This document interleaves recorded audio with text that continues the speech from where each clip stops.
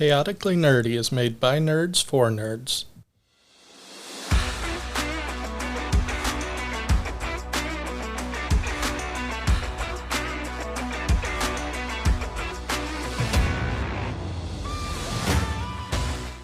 This podcast is made by adults for adults and children with bad parents. Adult language will be used and adult situations may arise.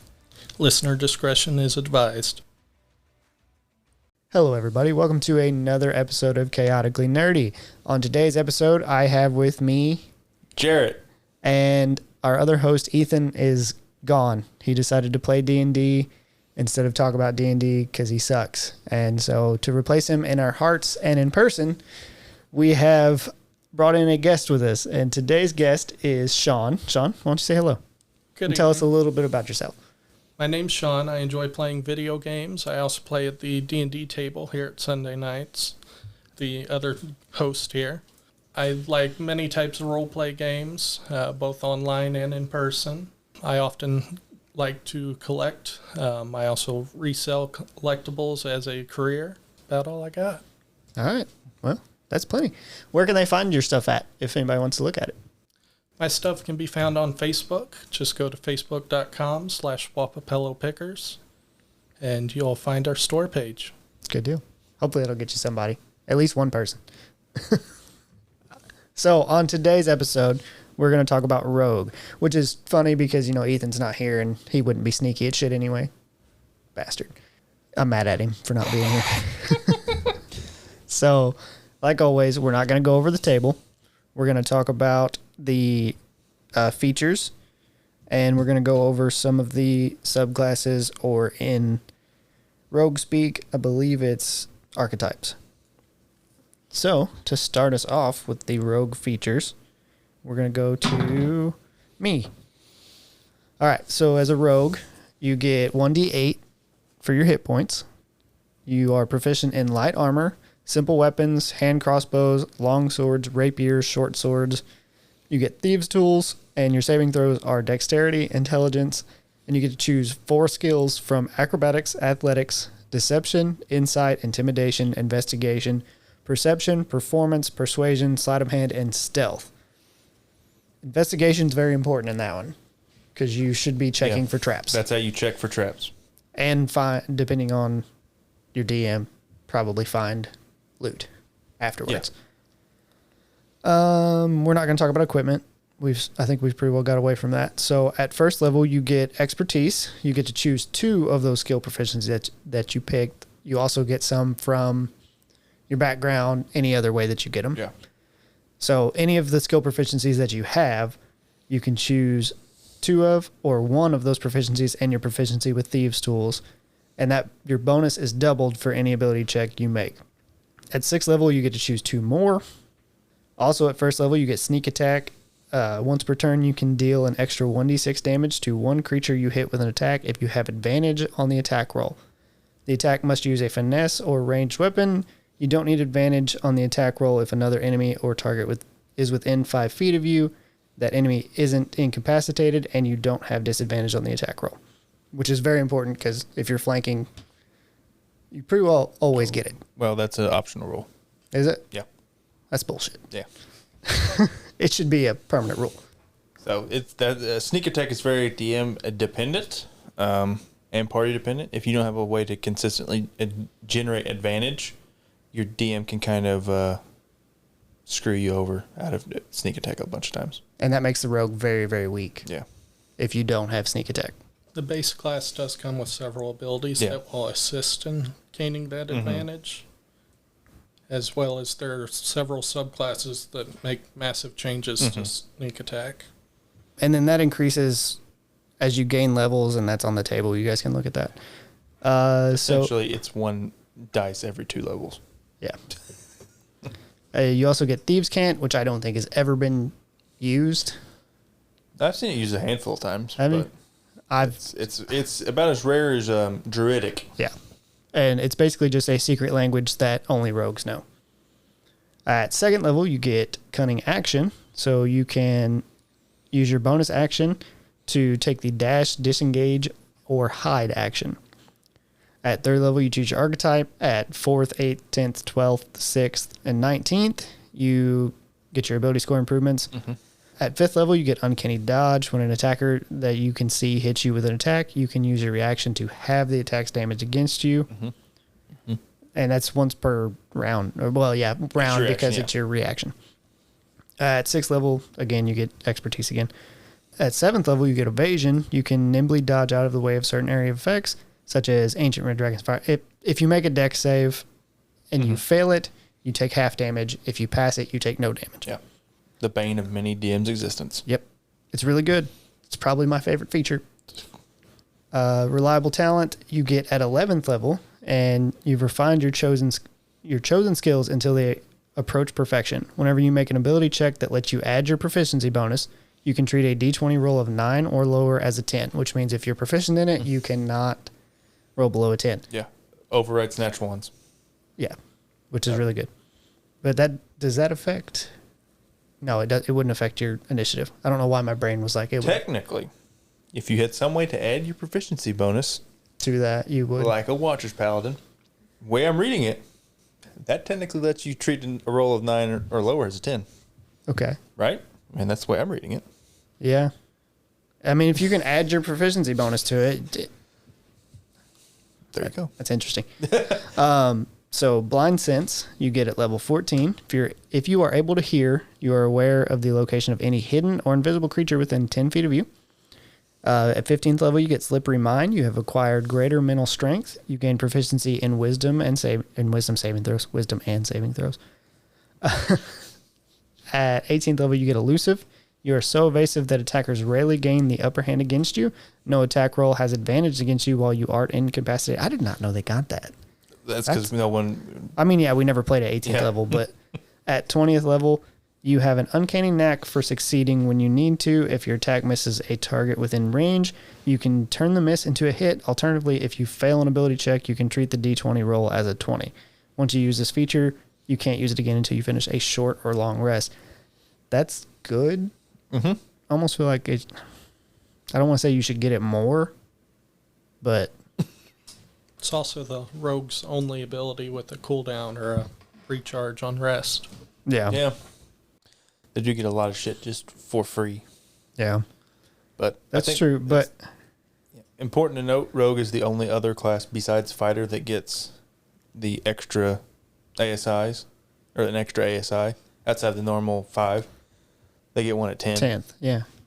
Whereas, like, Fighter gets them, like, every even level except 10, I think. Basically.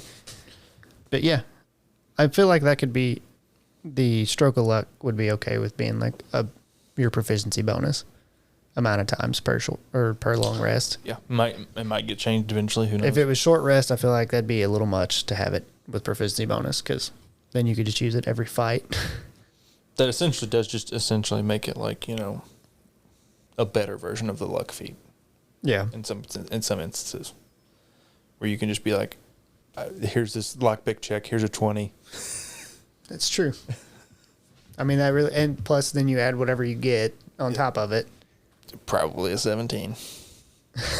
I'm just I mean, yeah, you're not wrong. double proficiency plus a 5, and then, there's other things like Gloves of Thievery, Yeah. make it a 42. All right, so now we're going to get into the archetypes. We're going to start off with Arcane Trickster, and Jarrett, you get to take us into Arcane Trickster. Arcane Trickster. So this is the spellcasting rogue.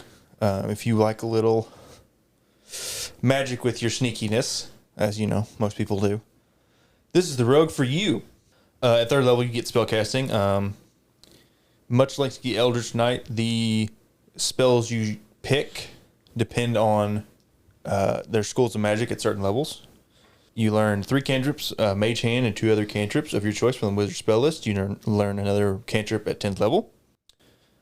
Your spellcasting frequency is at normal, as shown on the Arcane Trickster spell table.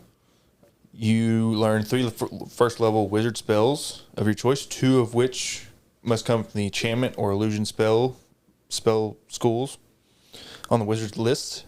The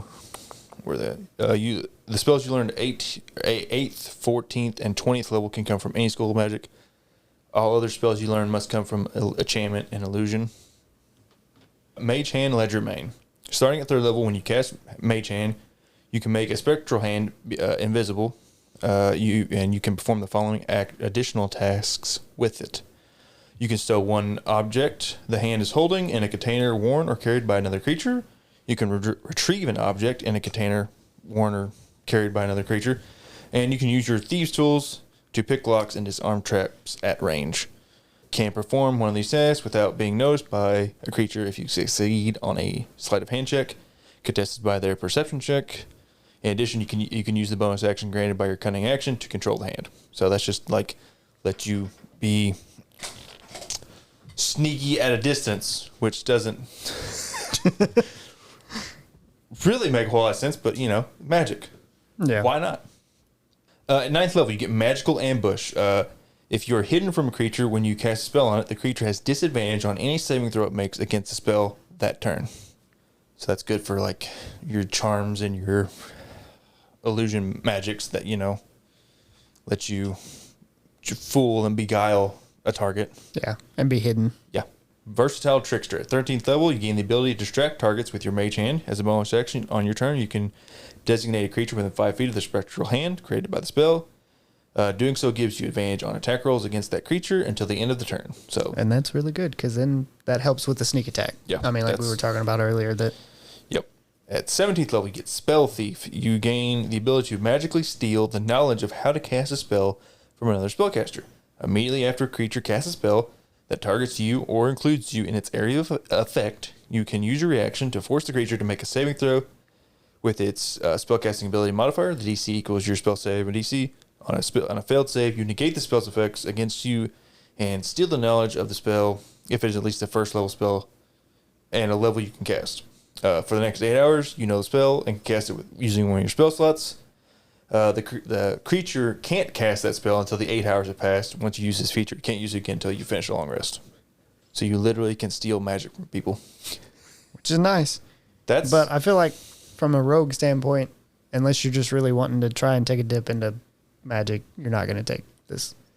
I can't say I've ever seen. You're probably more likely going to go until the mid levels of rogue. I can't tell you when, but like somewhere around like 11th level, and then you're probably going to dip out into like wizard or something. Or yeah, artificer. if you're just wanting spells or artificer. Mm-hmm. Yeah, I can see both. That takes care of that. Next up, we got assassin, which is probably the easiest to start with for rogue. I mean, like if you're just new to it and you're wanting to play something, like if you're new to D&D and you've already got a fighter and you've already got a ranger and you're like, I need another fairly simple class. It is another one that is really DM dependent. Yeah. Because how they rule surprise and how much they give you surprise. And flanking and... Well, and then flanking, but like surprise is like the main... Yeah, that's true too. If you have a DM that does not give you surprise... It hurts assassin, that's assassin for sure. becomes infinitely weaker. I don't know why I rolled. It's Sean. Yeah. Assassins focus their training on the grim art of death. Those who adhere to this archetype are diverse. Hired killers, spies, bounty hunters, and even specially anointed priests trained to exterminate the enemies of their deity. Stealth, poison, and disguise help you to eliminate your foes with deadly efficiency. So, Assassin gets some bonus proficiencies. When they take this archetype at 3rd level, they gain proficiency with both the Disguise Kit and the Poisoner's Kit. And there's a lot of RP to be had there. Starting at 3rd level, they get their Assassinate ability, which is when you have advantage on attack rolls against any creature that hasn't taken an attack in combat yet. And Yeah, you're right. Yeah. In addition, any hit you score against a creature that is surprised is a critical hit. Infiltration Expert earned at level 9, you can unfailingly create false identities for yourself. You must spend 7 days and 24 gold to establish the history, profession, and affiliations for an identity. You can't establish an identity that belongs to someone else. For example, you might acquire appropriate clothing, letters of introduction, and official-looking certification to establish yourself as a member of a trading house from a remote city so you can insinuate yourself into the company of other wealthy merchants. Thereafter, if you adopt a new identity as a disguise, other creatures believe you to be that person until given an obvious reason not to. At 13th, they gain the imposter ability. You gain the ability to unerringly mimic another person's speech, writing, and behavior. You must spend at least 3 hours studying these 3 components of the person's behavior, listening to speech, examining handwriting, and observing mannerisms. Your ruse is indiscernible to the casual observer. If a wary creature suspects something is amiss, you have advantage on any charisma deception checks you make to avoid detection. They get their capstone at level 17, which is Death Strike. You become a master of instant death. When you attack and hit a creature that is surprised, it must make a Constitution saving throw. On a failed save, double the damage of your attack against the creature, and that will double the sneak attack damage as well. Mm-hmm. Yep. And that's where the surprise, how your DM does it, matters more. Well, not the third level ability. No, you don't have to. They don't have to be surprised. The last sentence. In How you addition, any hit you. Yes. Okay, it does say that is surprise. Never mind. Just getting advantage. It's like, okay, cool. You get instant sneak attack for that first turn. We always took it as. That's why. No. That's why it threw me off, because we always took it that if you went before them, you got it. No. It's if you're surprised. I mean, you always gave it to. Either you or Ethan always gave it to me. No. That if I went before them, that we got the crit. The abilities rely heavily on the imposter aspect as well, which is very DM dependent as well. Yeah. Yeah, it's just really like role play. Like if that's not somebody's forte, if they're not like I'm going to be infiltrate this high society party. Not really. They're not going to get much use out of those 2 middle features. Yeah, that's true too. It's why I see this as more of like a dip. You dip in there, you get, probably up to like evasion, like level 7, then you get out. Yeah. So next up is Inquisitive, which we're actually not going to talk about. It's one of the few that we cut. It says that they excel at rooting out secrets and unraveling mysteries. I'm trying to look at what they get. They basically just get bonuses to stuff. Yeah, basically they can just use like their abilities to like figure out stuff about the enemy and get bonuses from looking at. It's not that it's bad, it's just not. It's not as good as the other ones, I think. Yeah. And then it's less combat oriented, more RP oriented. Mm-hmm. Yeah. And then Mastermind's next up. And again, we're not talking about it either. It's kind of the same way, I believe. Well, they can kind of use their bonus action to use the help action and like kind of like manipulate the battlefield a bit more. Gotcha. And then we are going to talk about Phantom, which comes from Tasha's Cauldron of Everything. Jarrett, that's you, bud. Cool. So this is like a rogue that somehow is involved with like necromancy of some sort. Like they have some connection to the afterlife or the undead. Whispers of the Dead at 3rd level. Echoes of those who have died cling to you. Whenever you finish a short or long rest, you can choose one skill or tool proficiency that you lack and gain proficiency in it. As a ghostly presence shares this knowledge with you. You lose this proficiency when you use this feature to choose a different proficiency. Also at 3rd level, you have Wails from the Grave. As you nudge someone close to the grave, you can channel the power of death to harm someone else as well. Immediately after you deal sneak attack damage to a creature on your turn, you can target a second creature that you can see within 30 feet of that first creature. Roll up half the number of sneak attack dice for your level, round up, and the second creature takes necrotic damage equal to that roll's total. You can use this feature a number of times equal to your proficiency bonus, and you regain all expended uses when you finish a long rest. So this ability basically allows you to become from a single damage attacker to like a multi damage dealer. Yeah. Which is something the rogues normally are very bad at. And that's because they get sneak attack to make up for that. Is the idea behind it. That's why they don't get extra attack. They just can't deal damage very well to multiple people. They're pretty much like, I focus on this person and I attack them. Yep. I'm going to take out the big bad guy until I can't. Yeah. And then take out somebody else. At 9th level, you get Tokens of the Departed. When a life ends in your presence, you're able to snatch a token from the departing soul. a sliver of its life essence that takes physical form. As a reaction, when a creature you can see dies within 30 feet of you, you can open your free hand and cause a tiny trinket to appear there, a soul trinket. The DM determines the trinket's form, or you can roll from the trinkets table in the player's handbook to generate it. You can have a maximum number of soul trinkets equal to your proficiency bonus, and you can't create one while you're at your maximum. You can use a soul trinket in the following ways. While a soul trinket is on your person, you have advantage on death saving throws and constitution saving throws, for your vitality is enhanced by the life essence within the object.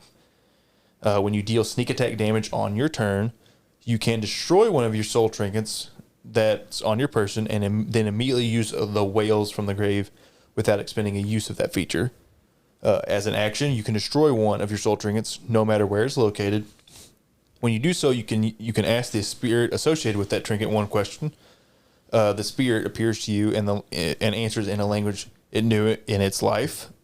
Is under no obligation to be truthful, and it answers as concisely as possible, eager to be free. The spirit knows only what it knew in life as determined by the DM. So that's like another way just to get like essentially double the uses of Wells to the Grave if you need it. And not even double, because you can keep killing people, getting free uses. Dang. That's pretty good. At 13th level, you have Ghost Walk. You can phase partially into the realm of the dead, becoming like a ghost. As a bonus action, you assume a spectral form. Although in this form, you have a flying speed of 10 feet. You can hover, and attack rolls have disadvantage against you. You can move through creatures and objects as if they were difficult terrain, but you take 1d10 force damage if you end your turn inside a creature or an object. You stay in this form for 10 minutes or until you end it as a bonus action. To use this feature again, you must finish a long rest or destroy one of your soul trinkets as part of the bonus action used to activate the Ghost Walk. You know, that's good because you can move through objects. You can go through a fucking wall and be like, surprise, motherfucker, stab. Yes, but there's so many others that give you fly and don't have restriction, like other subclasses. I don't think it's about the flying, really. I know it's not. It's more about phasing through. Yeah. But even just making it 20 feet or matching your speed. I mean, matching your speed may seem like a little bit much, but that's not 10 feet seems very short. Very, very small. You know what I mean? Yeah. At 17th level, you have Death's Friend. Your association with death has become so close that you gain the following benefits. When you use your Whales from the Grave feature, you can deal the necrotic damage to both the first and the second target. At the end of a long rest, a soul trinket appears in your hand if you don't have any soul trinkets, as the spirits of the dead are drawn to you. So that basically lets you be an even better single damage dealing target person, because you basically get 150% of a sneak attack on one person. Yeah. Very strong, very good. I think if there's a really neat role play thing where you maybe have a soul trinket, I think you get those at what? Thought it was 9th? Yeah, I think 9th. Like a high level campaign where you have like a soul trinket of like, your mentor or something like like an ancestor. I think that'd be kind of neat. Like, and then like in a moment of crisis, you like break the soul trinket to ask it a question or something. I don't know. Oh. I can think of like really neat soul role play things with that. Yeah. So next up is Scout, and it's me. All right, so Scouts are skilled in stealth and surviving far from the streets of a city, allowing you to scout ahead of your companions during expeditions. They get good at looking at shit. At 3rd level, you get Skirmisher. You are difficult to pin down during a fight, and you can move up to half your speed as a reaction when an enemy ends its turn within 5 feet of you. This movement doesn't provoke opportunity attacks.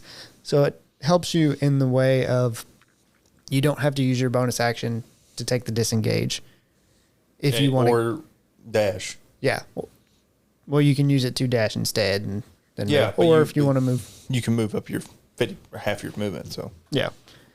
Survivalist, you also get at level 3. You gain proficiency in the nature and survival skills if you don't already have it. Your proficiency bonus is doubled for any ability check you make that uses either of these proficiencies. That's a lot. That's because you've already got expertise. Yeah, that's 4 expertise essentially at level 3. Yeah, and then 6 at levels. Yeah, and then superior mobility at 9th level. Your walking speed increases by 10 feet. If you have a climbing or swimming speed, this increase applies to that speed as well. At 13th level, You get Ambush Master. You excel at leading ambushes and attacking first in a fight. You have advantage on initiative rolls. In addition, the first creature you hit during the first round of a combat becomes easier for you and others to strike.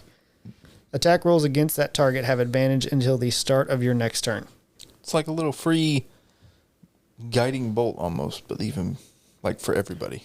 Yeah, instead of just one. Yeah.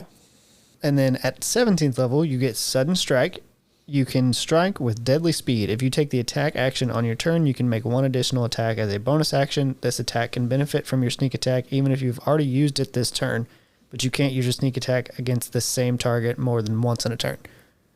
That's where you get doing more damage to more than one person. Mm-hmm. I feel like it'd be kind of hard to pull off, though. I guess it depends on how close they are to... Well, ideally, you'd be using a bow Yeah. with this build. Yeah. Yeah, They're almost a non-spellcaster ranger. that's exactly what this is. Yeah. I mean, essentially, it pairs really good with, Gloomstalker. All right, so that takes care of Scout. Next up is Soul Knife. We're not going to talk about it. You basically get psionic powers to make your hand a knife.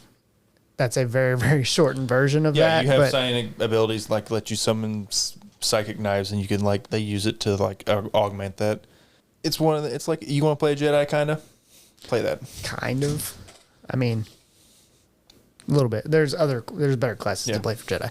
And next up, you may be wondering why we brought Sean in. I'm not even going to roll the dice. I had it in my hand, shaking it, ready to roll.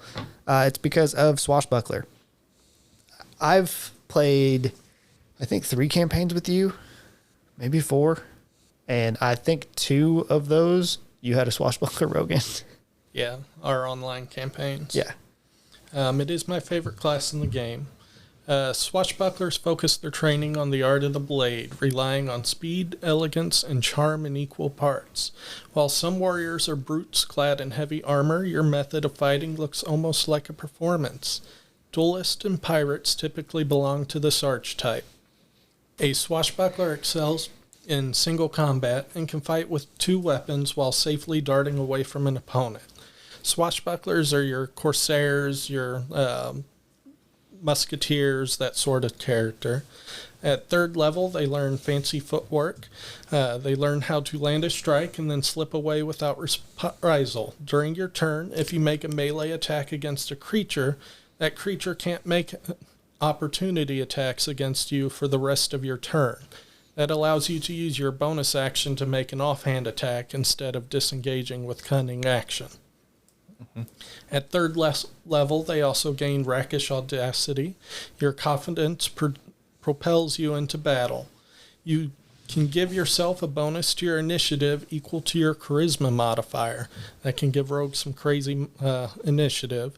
You also gain an additional way to use your sneak attack. You don't need advantage on the attack roll to use your sneak attack against a creature if you are within 5 feet of it and no other creatures are within 5 feet of you.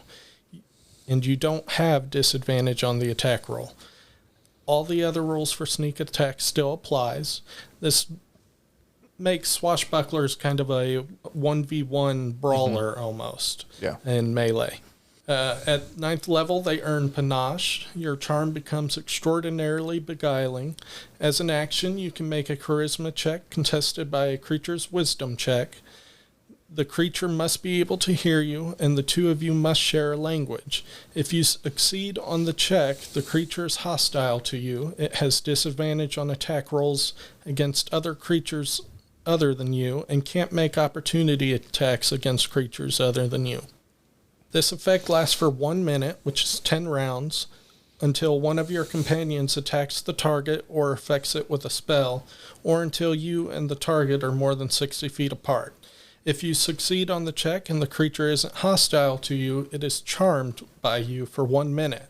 While charmed, it regards you as a friendly acquaintance. This effect ends immediately if you or your companions do anything harmful to it. Okay, the way that was worded at first, I was really going to be like, so wait, you can attack it, but then it corrected itself. No, but it is much more powerful than the actual charm spell, because the spell reads that they know they've been charmed after it wears off. This is just your charismatic bastard who's like, With Oi. no spell Oi. slots. I don't think they're going to pull a Billy Butcher and say, oi, cunt. Oi, cunt. And they're going to be like, oh, I'm charmed. At Worked on 13th me. level, they earn Elegant Maneuver. You can use a bonus action on your turn to gain advantage on your next dexterity, acrobatics, or strength athletics check to make during the same turn. And at 17th level, their capstone is Master Duelist. Your mastery of the blade lets you turn failure into success in combat. If you miss an attack roll, you can roll it again with advantage.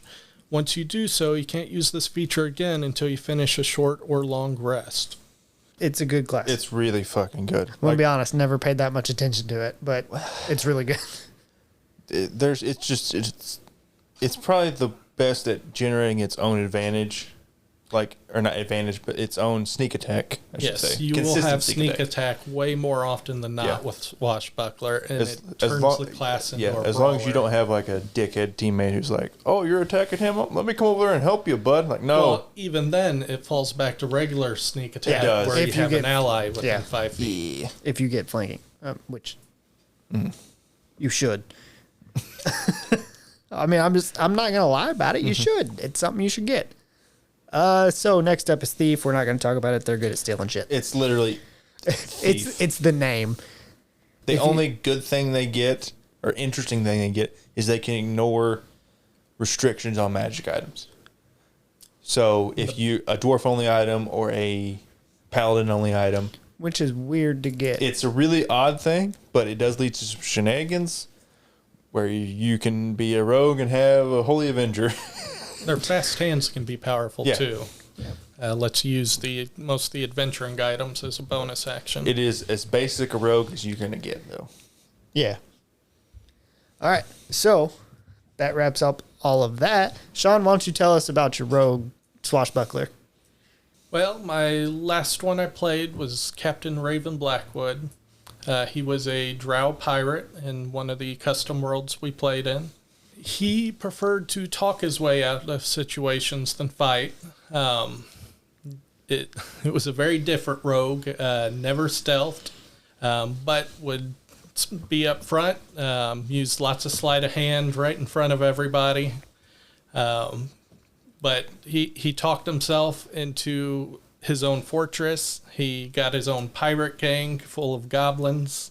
He stole a ship on the first test night, and the DM loved it so much we just ran with it. That's always good. Anytime you get to do shit that makes everybody laugh enough that you're like, that's great. All right. So if you've listened, we always ask a question at the end of the D&D episodes. So again, it comes from Dungeon Loot Armory. I have to think about it every time I say it. And it's, which rogue would you add to your party if you're adding a party? So our options are Bilbo from Lord of the Rings, Arya Stark from Game of Thrones, Not from Critical Role, or Vax from Critical Role. It's like making me choose between my kids. You don't have I kids. know. You have to talk to a woman to have a kid. If I had kids, it'd be like choosing a favorite. Fair enough. I know I'm picking Vax. I'm sorry. It's just, that's what's happening. But He's really good. to clarify, I don't know that much from Not. I know Sam Riegel plays Not and is very good because it's Sam Riegel, but I haven't watched that much of that campaign to really say. I've watched more of campaign 1. I've watched the friggin' TV show. So I mean, it would make sense for me to pick Vax. Yeah. If you're still thinking, Sean can go. Yeah, Sean, you go. I would have to say Bilbo. That was the one that made Ethan very mad that it was on the list that we talked about it. Ethan said he's not a thief or a rogue, Yeah. and we're like, he's a thief. It's literally. That's literally what He's we a said. burglar. burglar. And he's like, no, he's a fucking commoner. We're Well, like, guess what? You're not here to argue it, you yeah, bitch. fuck Well, you, that Ethan. just shows how versatile rogues are. Yeah, You don't have to worry about them getting greedy and stealing from the rest of the party. Yeah. Which is a very common rogue archetype. Exactly.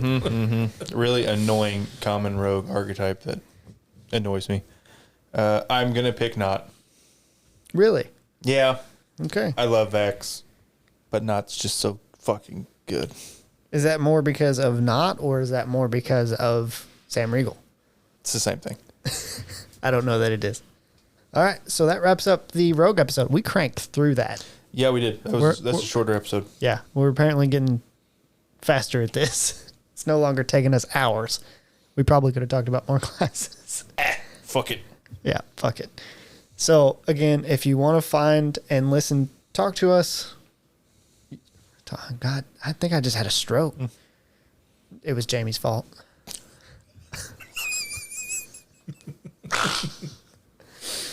So, if you want to talk to us on our Discord, we're all active there. Jared's actually active now.